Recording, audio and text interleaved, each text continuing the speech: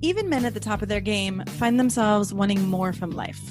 Whether it's more meaning, unshakable confidence, a bigger impact, more money, deeper love, a hotter sex life, or a powerful legacy.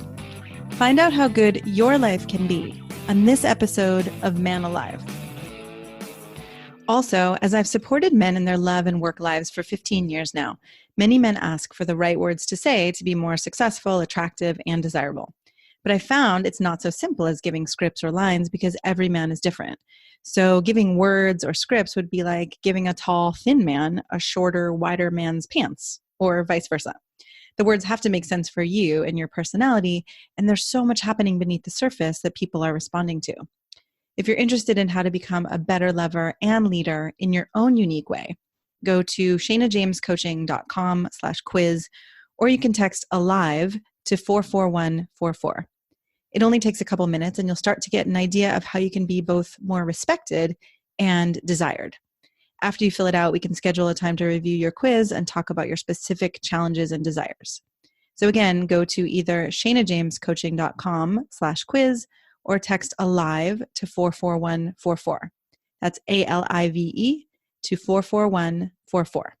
Enjoy this episode of Man Alive. Hello and welcome to Man Alive. I'm your host, Shari James, and I'm excited today to talk about honesty. And this is a podcast series because I just published my book, Honest Sex, and the book is coming out and it's going to be available soon. And I wanted to have a series of conversations with other experts about honesty related to sex, related to relationships, related to our bodies, to our emotions. And so this particular topic today is we're going to talk about honesty in relation to erectile issues. And our guest, Shari James, welcome, Shari, is one of my favorite women to talk to because she is conscious, she is loving, she has worked with men in this field for a long time. She's a nurse, she's knowledgeable. It's like there's so much here. And we both have said before that, you know, when two women get together who love men and who are bringing a level of consciousness and desire for men to to win, right? Mm-hmm. Something really beautiful happens. And so this conversation is for people of all genders. And I think especially, for men to understand, okay, what happens when you aren't as honest about erectile issues as you could be? And from a loving frame, like how else can you do this? And how can you create, for me, everything is a doorway. Everything can be a doorway to connection and intimacy and even to passion. And so how can you use erectile issues as a doorway to more connection and intimacy and passion? So thank you so much, Shari, for being here today. I love what you just said. I love your take on that. Yeah, it is absolutely a doorway. Yeah. Yeah. Yeah. And you have been doing this work for a long time. So yeah, anything you want to add to that? I think it was perfectly stated. Okay, good. Yeah. So I know you came with a list of what women have told you about how men are dishonest or kind of shy away, right? And this, we're not saying men are liars or men are, this is just about how men are either resisting honesty or shying away and what they're saying instead. And, that doesn't create connection and intimacy. And I think it leaves you, if you're a man listening, in this kind of game of, oh my gosh, I can't relax. I have to hold up this facade. I have to, you don't actually get to be loved and cared for and healed and worked with and supported. So, all right, you want to bring us your list? Yes. All right. I've done my research. So this comes from a women's group that's a support group for women whose partners have erectile dysfunction. So I did a poll in the group. And these are the these are the things you don't want to do, basically. Okay, so we can get to the things that you want to do. Okay. So here are the ways in which men avoid bringing up erectile dysfunction or avoid sex because of it. Yep. All right, so here's what guys are doing out there. They are faking other ailments such as heartburn, upset stomach, or pain in their knees. Did you say pain in their knees? Yeah, in their knees, knee pain. Interesting. Okay. Okay, and then they blame it on the dog being in the bed. Mm-hmm. Mm-hmm. That one was oddly popular. Yeah. Interesting. Um, he'll sleep on the couch. Uh-huh. He'll play asleep if he's in the bed. Mm-hmm. He'll pick fights. Always avoids getting naked in front of his partner. Won't shower in the same room. Yeah. Won't touch or be touched. Mm-hmm. We might want to touch on that one. Um, Wakes up early and pops out of bed. So those were the top ways that men are avoiding it. So clearly, women are aware because Yes. I got this list from women whose partners have ED. Yeah. And I noticed as you read that, I felt really sad.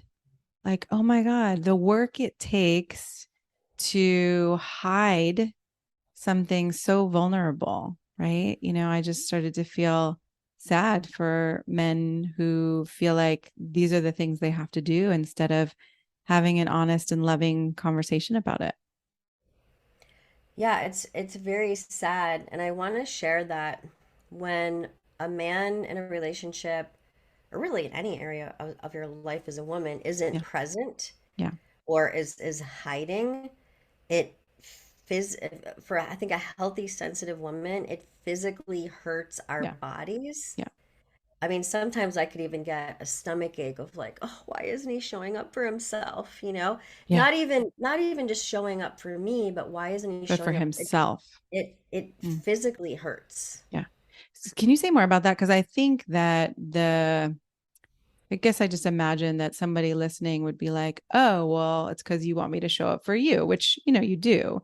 But you said even that he's not showing up for himself is painful for you. Because I love men. Yeah. Right? If you don't love men, then maybe all you care about is that they show up for you. Right. But I don't really feel that a man can show up for you unless he's showing up for For himself. himself. Yeah. Yeah. Yeah. Yeah. Um, Yeah. I mean, right. And I think that's what some women can't put words to it. Some women are still in their own wounded place of, oh, I need something here. I need you to be here for me. Like, not that that need is wrong, but I'm just going back to again, okay, I need you to be here for me. Yes. And I also, to me, the conscious woman or the conscious human is like, I need you to be here for you. Cause I love you, cause I care about you, cause I want the best for you. And I think we can get into such immature kind of spats and relational dynamics where we lose sight of whether you want to call it that friendship or that conscious relationship where we actually want the best for each other. yeah. I mean, why be in a relationship if you don't want the best for the other person? I Yeah. mean, and obviously there's different stages of human evolution and and all that. So there is a part of our evolution where we are more meat oriented, and that's a Mm-hmm. natural part of the cycle. Mm-hmm. I think as we age or evolve, or when we truly fall in love, you always want the best for the other person. Yeah. Well, and I can also feel where if somebody doesn't, I think it often comes from fear, right? Like I know I'll just say for myself, I've been in relationships where I've had fears that if that man became the best version of himself, maybe he would leave me or maybe he wouldn't want me anymore or right. So I have compassion for where that breakdown happens. Oh yeah. And I don't think relationships work very well when that breakdown happens. Not if there's fear as it's not a sustainable fuel source, Right. right? Love is Well fear. said. Yeah. Yeah. Yeah. Yeah. So maybe we dive in a little bit to, okay, how do we support men to talk about erectile issues in an honest way, because it's one of the most vulnerable things that could be talked about. Sure. So I always speak from my perspective of the work that I do. Mm-hmm.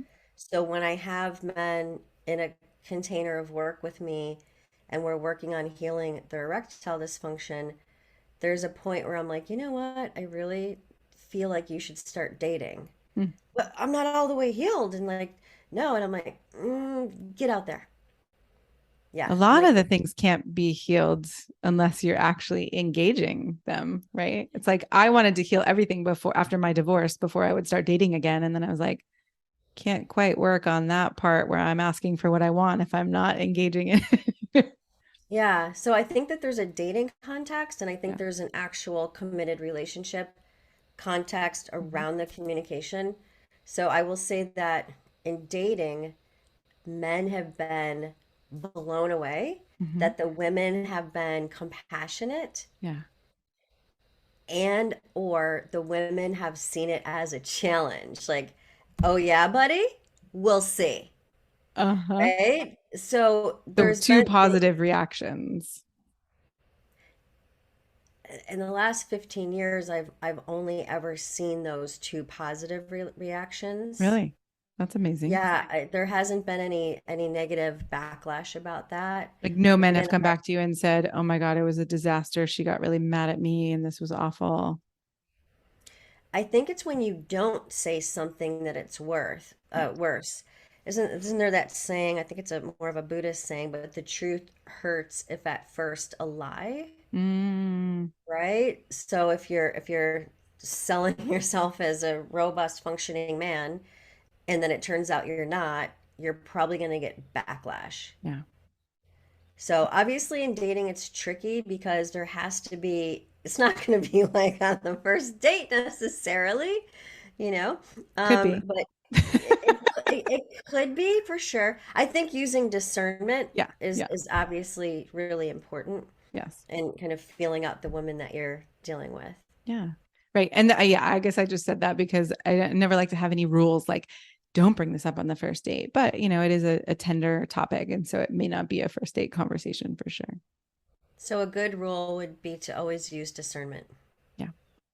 Okay. I'm just thinking about the men who I've been with. Ooh, it feels vulnerable to just, to talk about this openly, but it's like there have been men I've been with who either I don't even would know if I'd call it erectile dysfunction, or many men I've dated in my 40s and 50s. Talk about getting honest, right? Like in the beginning, when they're getting to know me, they're not as firm, or it's kind of like my sense is that as men get older and talking to clients as well, there's a much more of an emotional component to an erection than there was when we were younger. And so, I often get to bring back to my male clients, like, hey, the men I've been with, oftentimes it's not as easy for them to get hard in the beginning. And once we create more safety and more emotional connection, things can shift. And for some men, it's physical, for some men, it's emotional, for some, there's all different reasons. But I think just for men knowing that too, that, I've worked with men who've wondered, well, am I not attracted to this woman? And sometimes it's actually turned out to be, oh my gosh, I'm so attracted to this woman, or I have so much longing for a depth of partnership with this woman that it's more vulnerable than I've ever felt. And therefore, I can't get an erection, right? So it can seem like it's one thing and it may be actually the opposite. So I wrote two notes as you were talking. Yeah. The first thing I wrote was emotional safety. Yeah. You and I are in very privileged positions where we get to speak to men in an intimate way on a Yeah. daily basis for years. Yeah. So we have an understanding and a compassion that perhaps the average woman would not. Yeah. Agreed. And I think what a lot of women wouldn't consider is that men need to feel emotionally safe. Not all men, right? Not all Not all men. men, not all the A time, but lot it's though. common. Yeah. Very common. It's it's more common. I feel like it's never portrayed in entertainment, Right. right? It's always the alpha male who grabs the woman, spreads her legs, and lets go. He's just performing. Yeah. But in reality, men do require emotional safety, Yeah. And right. especially, Humans, it's not necessarily a gendered thing, but we've made it more that it's women who need that as opposed to men, or, women versus other genders. yeah. And again, different evolutions in our life, that's more critical. But there are some men who in their early 20s, they need that connection, they need that emotional safety. Yeah. So if that's you and you're listening to this, right? Like know that that's way more normal than you've ever heard that it was. Yeah. I can't even see my other note. How did I write that? Oh, and this is another piece of advice that has worked, which is I don't think men realize how much women want them to take the lead. And Mm. I'm going to give you an example on this. Because I am actively dating, and if a guy said to me, sometimes he's unpredictable. Hmm. So I need to move at my own pace Hmm. and listen to my own body when we're together. Yes. Like, I would be turned on by that Wait, because help me actually understand I this. got turned You, on just hearing that. you're turned on by his unpredictability. No, the fact that he would have the confidence and take the lead and basically say, because his penis can be uh, I'm just trying to frame it in a way that's kind of realistic, Yeah. Oh, unpredictable. like he can get an erection sometimes and not other times. Yeah, I think Okay. that's a good way to say it because there's a Yeah. lot of truth in that. So I'm going to be listening to my body Yeah. when we're together, Yes. that's what I'm going to be honoring. Yeah. Like that would turn me on. Okay. So now help me understand more. When you say you're going to listen to your own body to honor yourself, to honor him, like paint more of a picture of what's happening. He's saying this, so he's the one. So let's say he has some firmness trouble Yes. and he's on a date with me and he knows Yes. he has firmness trouble. Maybe he feels physically attracted, maybe he feels emotionally open, but Oh, I see. physically he's not quite there. If he Yes. had the confidence to say sometimes he can be unpredictable, Yes. I need to take the lead on how we move physically. I, meaning him. Yes, Yes. then that would Yeah. then That's hot.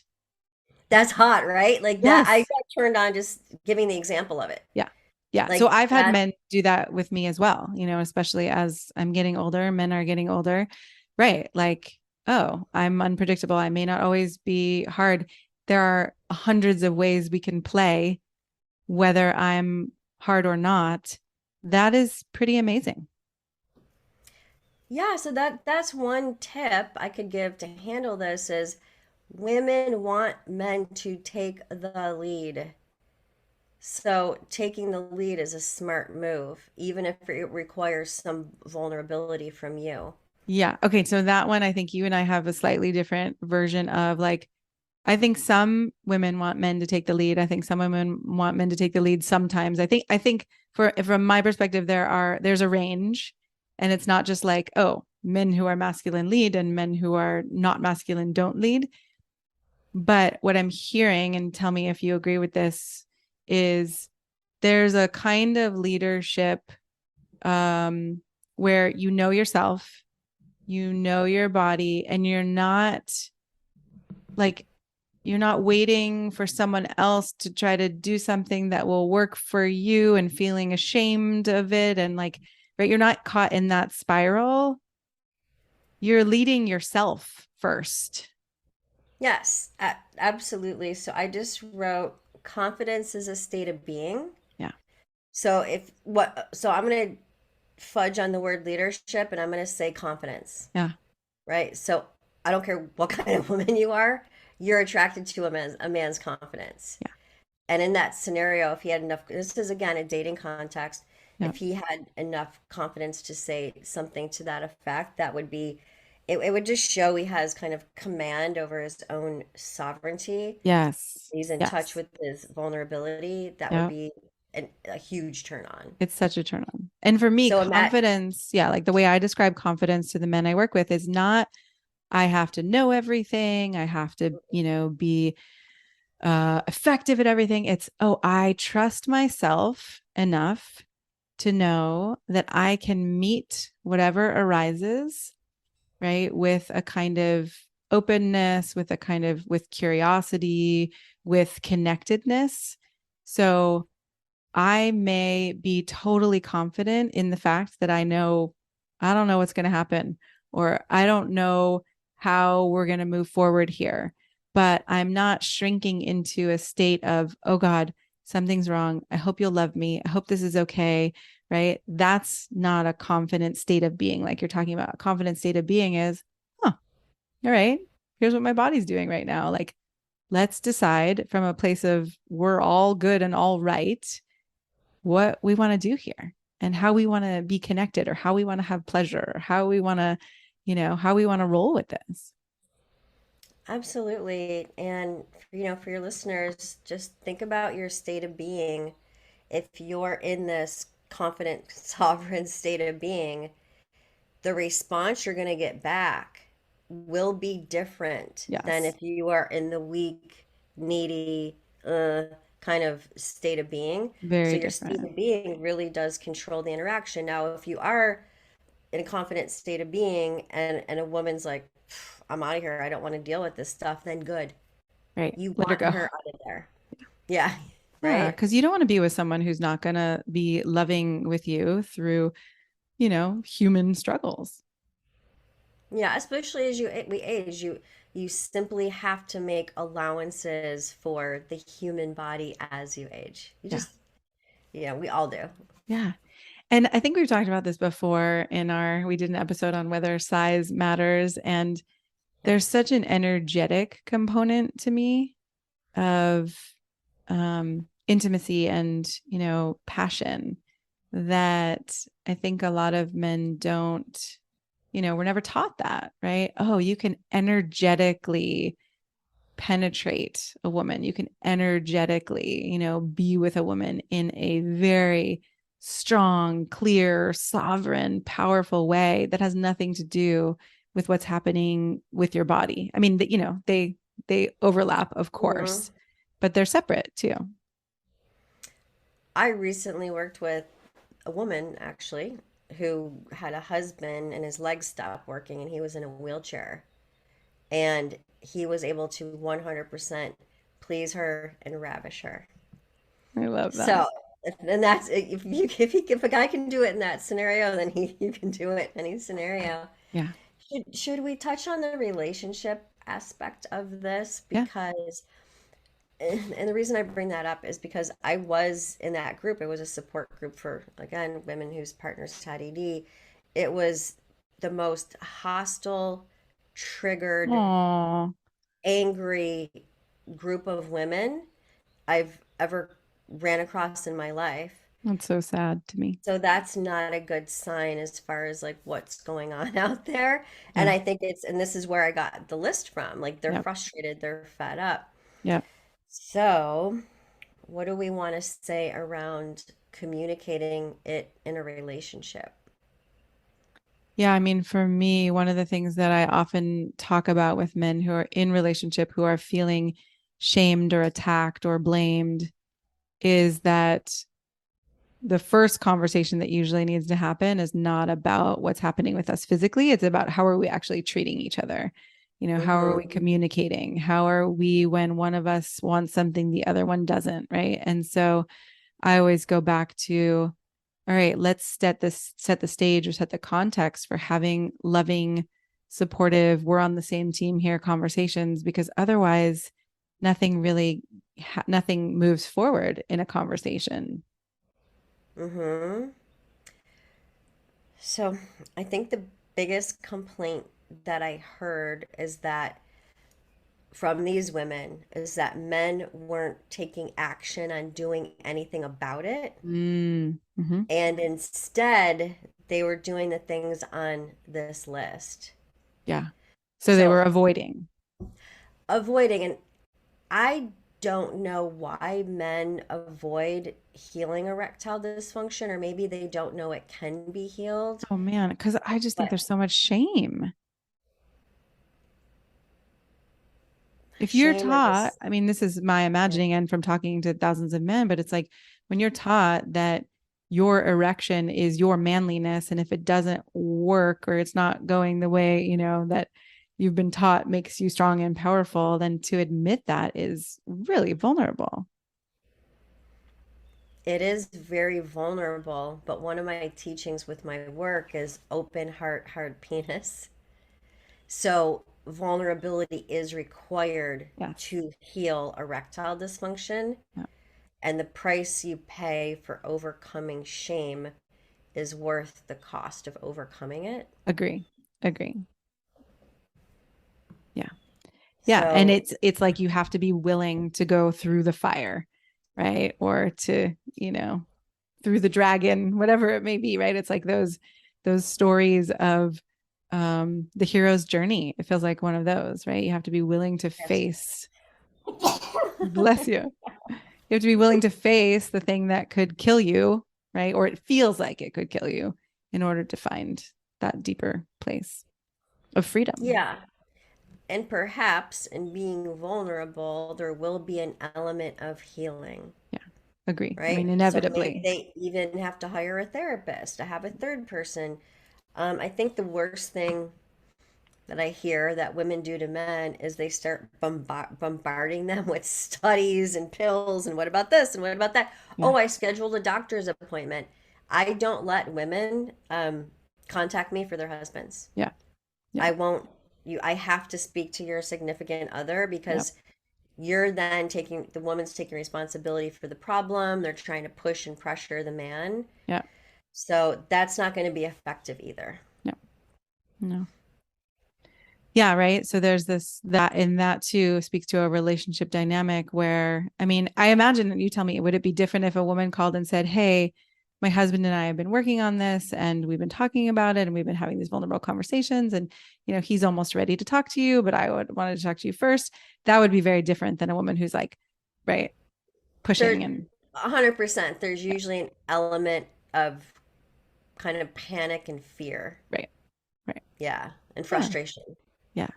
And I think our culture sets up that dynamic of for most of us, there's a monogamous context, and oh no, I'm never going to have this need met again. And right, there's like the panic that can happen with that.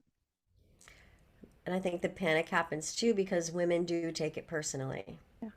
Right. That's a great point. Very well The said, right? It's biggest, like the biggest the is that women, biggest. Yeah. and then all of a sudden you've got, rejection going back and forth. Oh, You've got two deflated, insecure people that are shut down. yes. And that's why professionals exist. Yeah. That's why you and I exist. That's Yeah. why therapists exist, other coaches, right? Yeah. And to be clear, I Because mean, even those of us who are professionals have the human tendency of deflation and falling into our little parts and our wounds. And so yeah, I mean, we're all human and this is what happens. And maybe it'd be good for people to hear I have a teacher, I work with healers, same, same, same. right? Still, after Yeah, right. 25 years of doing this. Yeah, I can tell when I'm like, there's something I'm not seeing or I feel stuck, and Yeah. I'll hire someone. Yeah. So there's certainly no shame and nothing wrong with No. hiring someone when you're stuck. That's why when someone, I'm sure you can relate to this, when someone hires me to work with me, they're participating in my life purpose. Yeah. Yeah. So it's an Oh, honor that's to do beautiful. so, right? You're like, oh Yes. my God, thank you for, I, Yes. this is why I'm here. Yeah. I feel exactly the same way. Yeah. It does feel like it's such an honor. Yeah. Anything else you want to say about the relationship piece or any wisdom you have from working with men and couples in this context?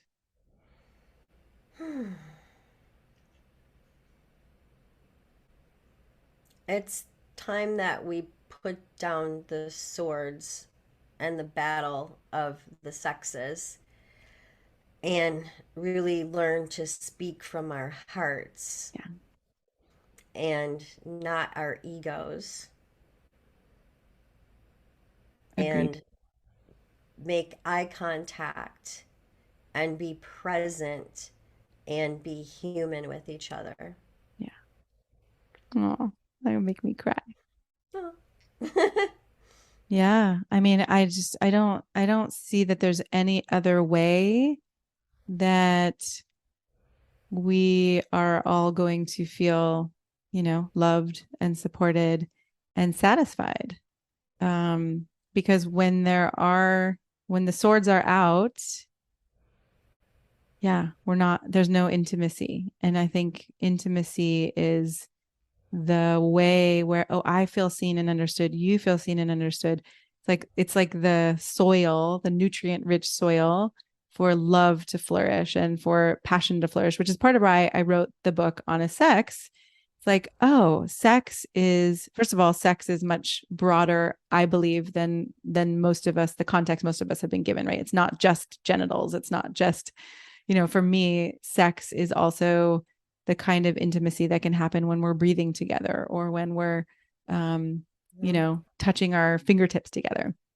But beyond that, I think a lot of people try to rectify, oh, our sex life has faded or it's fizzled with, we're going to try new toys or we're going to put on lingerie. And for me, it's like, oh, if the foundation of honesty and mature honesty is not in place, then there are going to be millions of moments where you're just going to disconnect and pop out and dissociate and go into your wounds. And those can be and are a beautiful doorway for connection. But if you don't have that lens or you don't have that capacity, then it all breaks down. 100%. And novelty's cute, novelty's fun, but much like fear, it's a short-lived fuel source Yes. and it's not sustainable, Yeah. and connection is. Yeah. And to me, true connection reveals never ending novelty because every I love moment that. Oh, is I'm gonna different. steal that right now. Yeah. Every moment is different. Every moment there's a different kind of turn on. Every moment there's a different kind of vulnerability that creates connection, right? It's like Hmm. it's always evolving. Yeah. Thank you. I Thank feel you. full. Like this was great. Yeah, I I agree. hope everyone always, I hope I it just always want serves. to give us like feedback. Yeah. I don't know, I love getting feedback from these talks and I Yes. send it to you a lot of times. I'm like, this Yes. is amazing. Yeah. Yeah. Thank you so much for being a woman who loves and, feels honored by getting to support people and men, especially. And I feel grateful that we're both here and that we get to share this and we get to have these conversations to deepen the cultural conversation, that's out there. So thank you. Absolutely.